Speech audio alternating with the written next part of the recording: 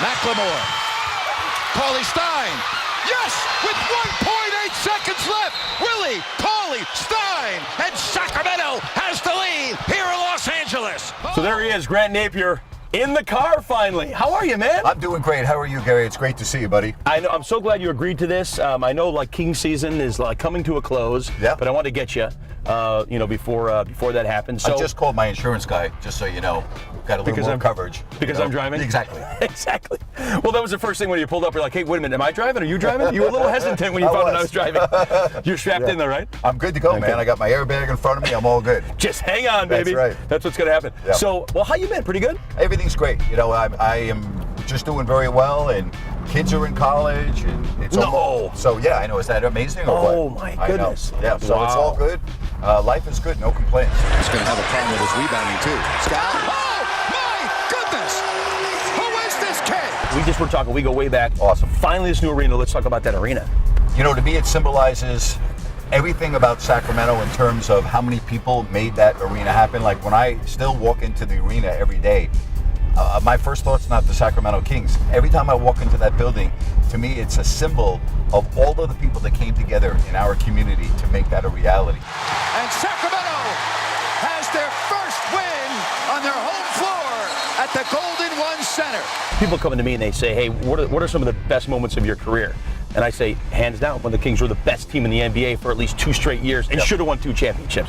Those years were so awesome. Do you think those are ever going to come back? Yeah, I do think they'll come back. Yeah. Everything's cyclical. Hey, the Cubs just won the World Series, and they beat the Indians. I deserve a high five for that. Chicago, right? My Cubs finally? So, I mean, all right, so think about everything that happened in the last year. The Cavaliers brought a championship to Cleveland for the first time, right? Yes. Okay. Indians haven't been able to do it. For the Browns, it's been forever. No Super Bowls, but before that, the Browns were a powerhouse.